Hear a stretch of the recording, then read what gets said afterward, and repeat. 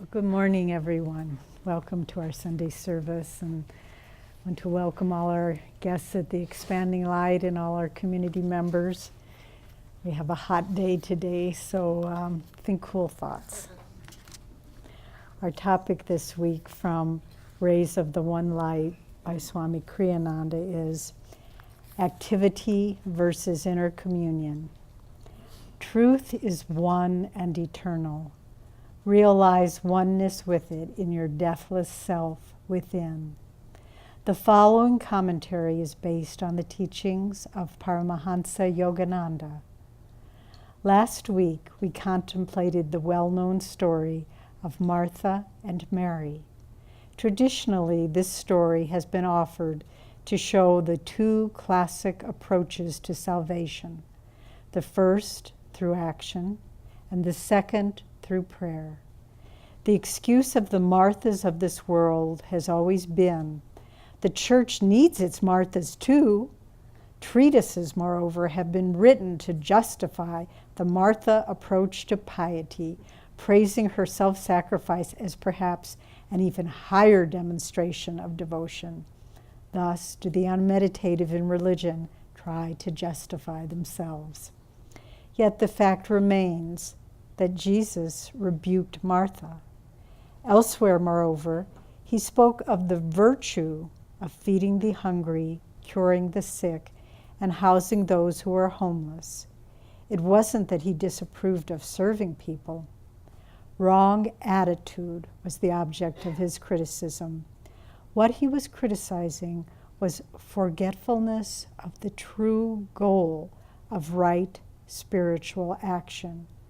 Good deeds outwardly without inner communion with God will result in good karma, but will not bring final freedom from all karma. The path to inner freedom was described by Paramahansa Yogananda in these words: be always calmly active and actively calm.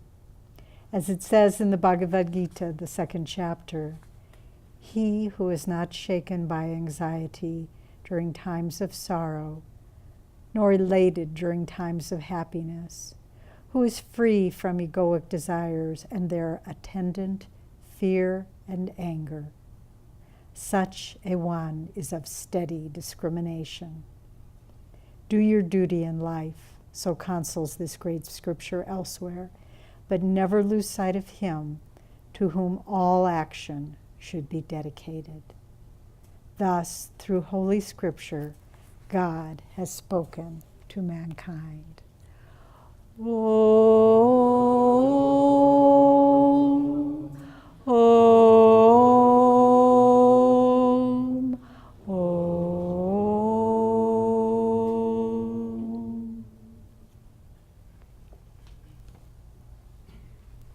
Good morning, everyone. This is a wonderful topic this morning, the right attitude toward action. After all, we spend most of our time acting, doing something, and only a little bit, even those of us who think we meditate a lot, we only meditate a small portion of the day. And so getting the right attitude and the right way of acting is very important. I'm going to read from Whispers from Eternity. I'll read one of Master's Paramahansa Yogananda's poems. And this book is kind of like a recipe for right attitudes. It's got prayer demands for almost every aspect of life, every problem that comes up, and it shows the right attitude. And so if you don't know the right attitude towards something that you're going through, find the prayer demand in here, and it'll give you the key to it. And if you do think you have the right attitude, you probably don't anyway. So get the book and read it. I'm going to read one of his most beautiful poems. I was made for thee. I was made for thee alone. I was made for dropping flowers of devotion gently at thy feet on the altar of the morning. My hands were made to serve thee willingly, to remain folded in adoration, waiting for thy coming. and when thou comest to bathe thy feet with my tears. My voice was made to sing thy glory. My feet were made to seek thy temples everywhere. My eyes were made a chalice to hold thy burning love, and the wisdom falling from thy nature's hands. My ears were made to catch the music of thy footsteps, echoing through the halls of space, and to hear thy divine melodies flowing through all heart tracks of devotion. My lips were made to breathe forth thy praises and thy intoxicating inspirations. My love was made to throw incandescent searchlight flames, to find thee hidden in the forest of my desires. My heart was made to respond to thy call alone. My soul was made to be the channel through which thy love might flow uninterruptedly into all thirsty souls. So the right attitude, that's the right attitude for action. Everything is really an offering to God. And the more we act in that way, the more we do our daily duties in that way, the more we will realize ourselves as a part of God, as an extension of God. And why does that matter? Because it makes us happy. It fulfills us. Ultimately, the religious life, the spiritual life is not about suffering. It's about joy. And the closer we get to the right attitudes, the more joy, the more happiness we have. I want to set the stage a little bit with this story of Martha and Mary because even though it was referred to last week, most people are familiar with it, but not everyone is. The story takes place at the house of Martha and Mary, and they had a famous brother that you may have heard of, Lazarus. And Jesus quite often visited there. We know of at least 3 times in the Bible where he visited their house. So they were very close disciples and friends and helpers for Jesus. They lived in Bethany, about a couple of miles outside of Jerusalem. So he would visit there as he came by the area. And one can imagine Jesus did not travel alone. He had 12 disciples. He had others who probably traveled with him. And so when he showed up at Martha and Mary's house, there was probably a group with him. And naturally, it fell upon Martha and Mary to provide food for them. So here's Martha and Mary with Jesus and his group of disciples who are visiting, and they're supposed to get a meal ready, and Mary is sitting at Jesus' feet, and Martha's in the kitchen cooking. And you can imagine, it's a very human thing for her beginning to think more and more, well, where is Mary? She ought to be here chopping vegetables. And she's sitting out there. And finally, she kind of gets to the breaking point, and she goes out and she says to Jesus, "Why don't you tell my sister to come in and help me?" And Jesus said, "Mary, Mary, thou art troubled and careworn about many things, but Mary has chosen the higher path." So here he's correcting Martha's attitude. Martha's attitude. In another situation, he may have said exactly the opposite thing. If Mary's attitude had been wrong, he probably would have said to her, "Mary, you're just sitting there kind of being lazy. Go in and help your sister cook." But the situation was not that. What it really is a teaching about right attitude and right activity. Now, let's start with the question of, because there are many layers to this story and layers to this teaching. Let's start with what is the right attitude to have, the right perception to have. It's kind of like a light bulb. You know, a light bulb is brightest right at the very center of it, the filament that gives off the light. And then gradually as it goes out, as the light extends out from there, it grows dimmer and dimmer until finally, out a ways from it, there's hardly any light at all, just darkness and shadows. Well, right attitude is like that also. Right attitude, if we're completely centered in our true self, the right attitude glows very, very brightly. The farther we go out from our true self, the dimmer that gets, and the more likely we are to have wrong attitudes. And again, why does it matter? Because wrong attitudes make us unhappy, and right attitudes make us happy. And so it isn't that somebody is telling us that we have to do this to be good little boys and girls. It's rather Jesus and these great masters come in order to help us be fulfilled, in order to help us be happy. Master said that the ultimate basic motivation of everyone in the world is the same. The basic motivation for all activity is that we want to be happy and we want to avoid pain. And we think that whatever activity or whatever we're trying to get, whatever possession we're trying to get, will make us happy, and not having it will cause us pain, and so on. And so everybody is motivated by this same drive, the same fundamental flow, but according to what we are seeking, we'll find true and lasting happiness or partial and fleeting happiness. And so the great ones come in order to help us be happy. Now, they act completely in attunement with God because there's no separation between them and God. A true master, Jesus or Yogananda, or anyone who has achieved unity with God, there's no longer any separation, no longer any sense of ego or self as individually separate from God.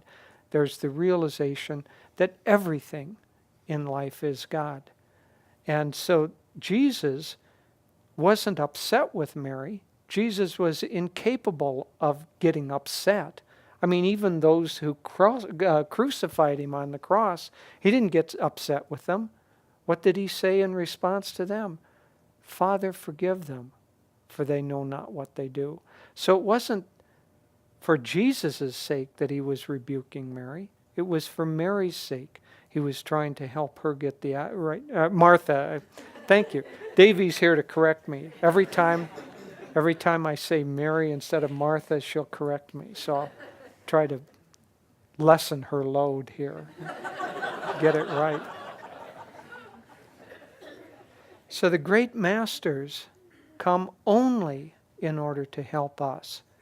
They said about the great woman saint Anandamoyi Ma, she said about herself that she was the physical manifestation of compassion. Think about that. Wasn't a person really. It was God manifesting the sense of compassion and love into this world in a physical form. And that's really what all the masters are. In the festival, which we'll read toward the end, the Festival of Light, it says, from a life of infinite freedom and joy, the masters come accepting limitation, pain, and death for the salvation of mankind. And so they always come only to help us. From their standpoint, from the very center of the light bulb, the filament that glows brightest, they perceive only God. Yogananda said, oh, if you could only see yourself as I see you as light. You're so beautiful. And so Jesus was seeing Martha as this beautiful soul, but that was exhibiting a little bit of a wrong attitude that was causing her pain. She didn't come out and say, Jesus, rebuke Mary, send her in to cook, because I'm so happy in there cooking. And I want her to be happy too, and to share my joy. Martha was experiencing pain and upset, and because of her wrong attitude. And so from the very center, the great masters see everything as God. Then there are kind of different standards that exist according to what you're really after and what stage of spiritual evolution you're on. The next ring out from a self-realized soul are those who consciously are trying to become self-realized. And it's not all that common. In the Bhagavad Gita, Krishna says, out of many thousands, one perhaps seeks me. So out of many, many thousands of people, one is trying to become self-realized. Then he goes on to say, and out of those thousands who seek, one perhaps knows me as I truly am. So it's not easy to get into the state of self-realization. But as we progress spiritually, we get to a point where we realize that our own happiness, our own eternal happiness, is going to come from that state of self-realization, that the world isn't going to give it to us, and therefore we seek to find the state of self-realization, and we become disciples, one out of thousands. And so a community like this, where basically everybody is disciple and really seeking self-realization, it's not that common in the world. That next ring out is a fairly rarefied atmosphere. But it was really to that group that Martha belonged, because she was very close and loved by Jesus. To have the great karma to come in contact with a great saint like that is in and of itself life-changing.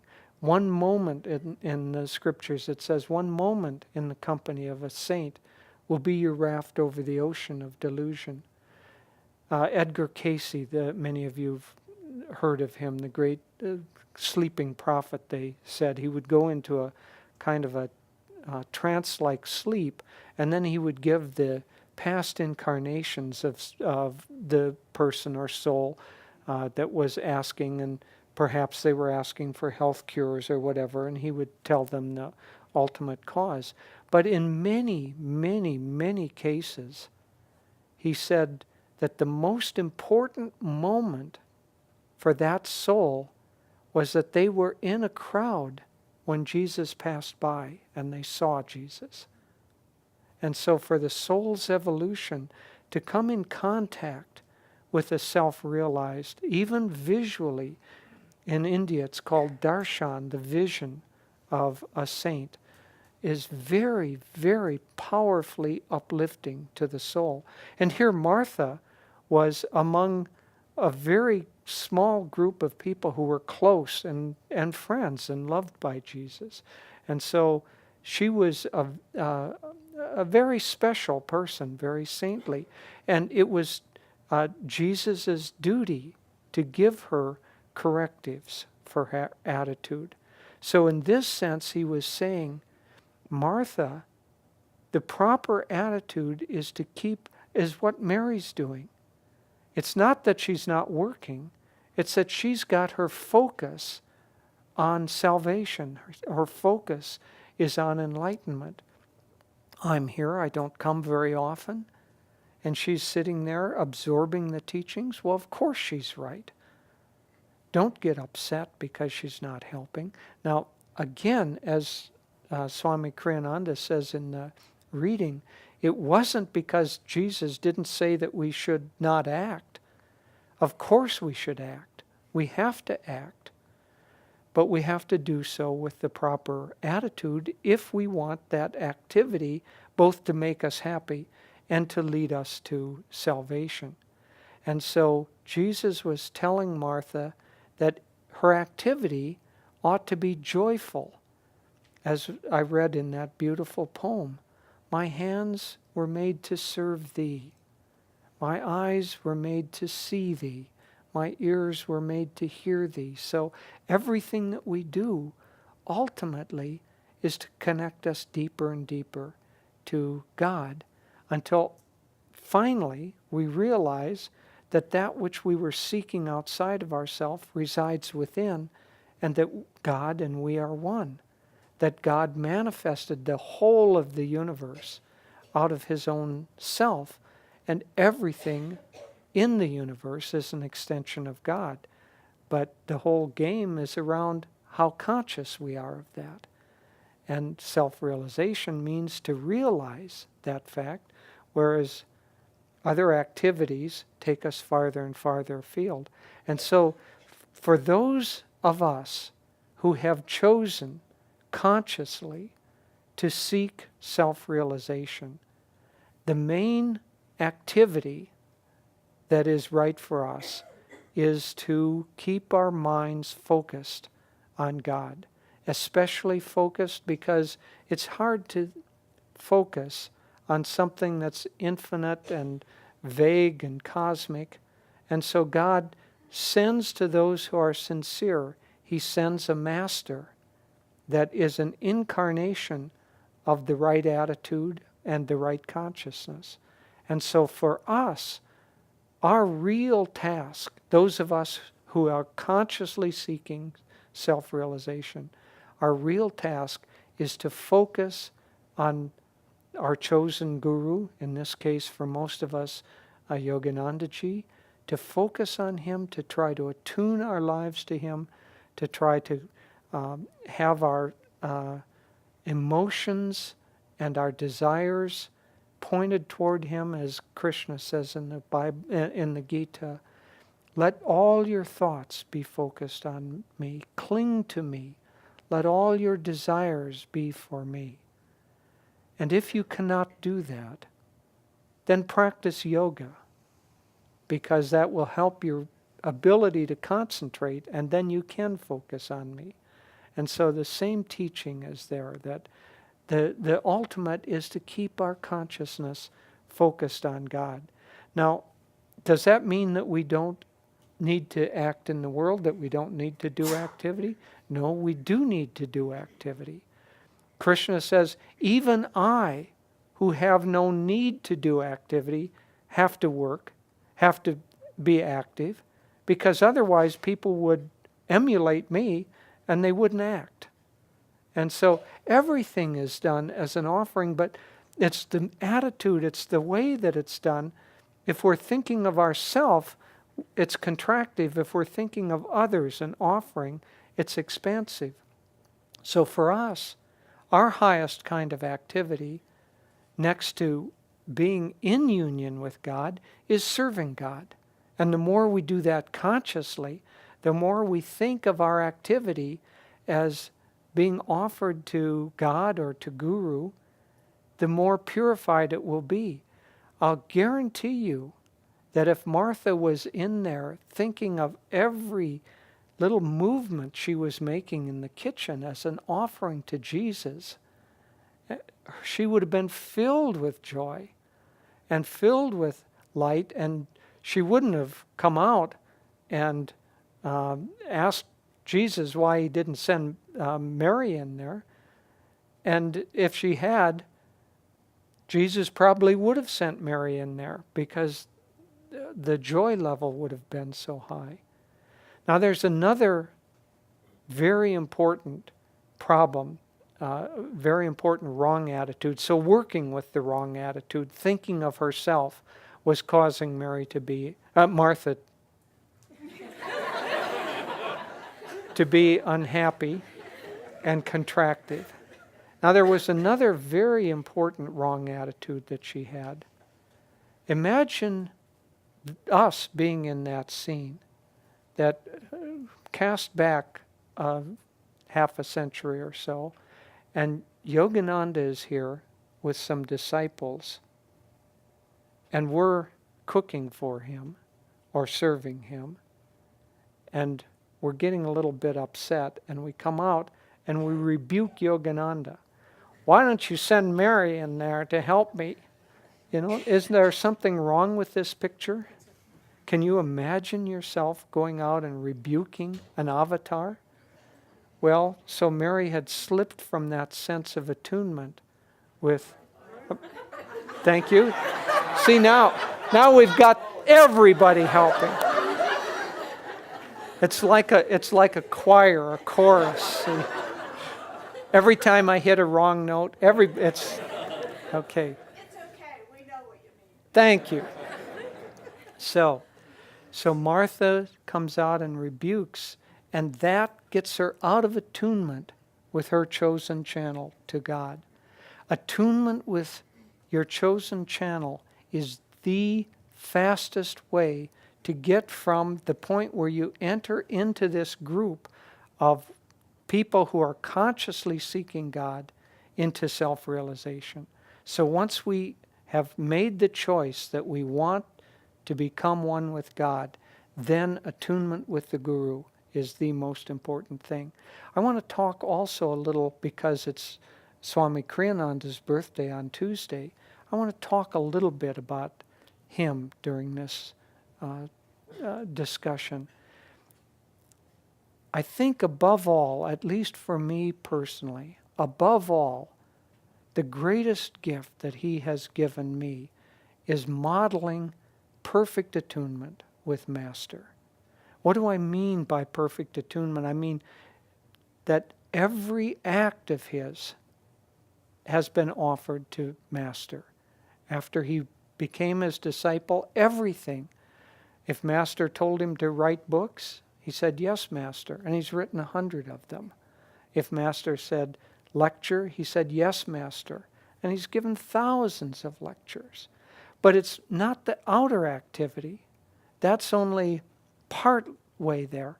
It's that he's tried to attune every thought of his to Master. And so very, very consciously attuned, let Master correct. And he's thought about things that Master might have said or might have done.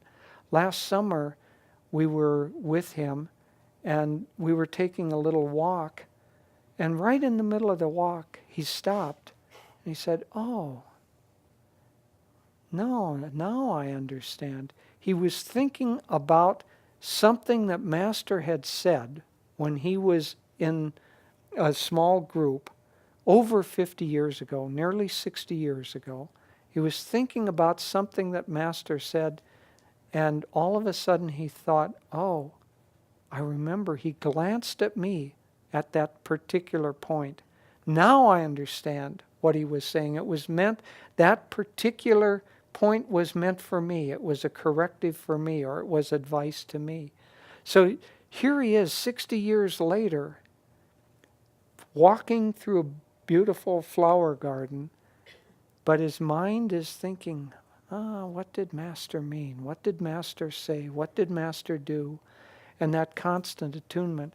And a few years ago, he said, I realized that just trying to attune my every thought to Yogananda was not enough. Now I realized I had to attune every feeling, every desire, everything to him. And so that complete self-offering and modeling of that self-offering and attunement. Self-offering sounds like, I don't know, it's too wimpy for the way Swami Kriyananda has led his life. It's this volcano of activity and creativity. Still at 83, he'll be 83 on Tuesday, still at that age, he's churning out 3 or 4 books a year. So this volcanic flow of activity, but all of that offered up in attunement with God. So that is a great, great gift for us. Don't think that you can get there by anything less than 100% of your effort. But that effort needs to be offered in terms of the greatest possible attunement with God and Guru. So if we follow these, I was pausing because I was trying to decide. I'm going to relate a story. I don't usually tell my dreams, but last night I had a dream, and it is so applicable here for the Sunday service. I was dreaming last night, and I'm not. There were a group of us, and Swami Kriyananda was there, and somehow a discussion had come up about somebody who was kind of getting discouraged about the spiritual path. And I know that in the dream, Swami was giving me a corrective, or at least advice. I don't know whether it was corrective, but he said about this person who was getting discouraged, he said, if he gives up, that particular part of his spiritual life will begin to atrophy, and it will disappear for him. So for me, it reawakened the practice that I have had recently of trying to continually chant a particular kind of chant to Master. And for some reason that had just kind of dropped away and not become as present as it has been recently. And I know that dream last night was Swami's soul telling me, don't let that practice drop. Keep it going, because if you let it drop, it will begin to atrophy. And so even in dreams, these great ones come to help us and to give us the right attitude, a little adjustment, a little corrective. And so the more we can attune our consciousness and our heart's energies with these great, great souls who have come into the world only in order to help us, the more we will be guided both by their outer activities and words, but more important, they work on us from the inside out. Their light will shine into the little shadowy crevices of our consciousness and turn every little obscurity into light. And then from the inside out, they will guide us. From the inside out, they'll show us how to become happy and ultimately how to become self-realized. And that is the right activity.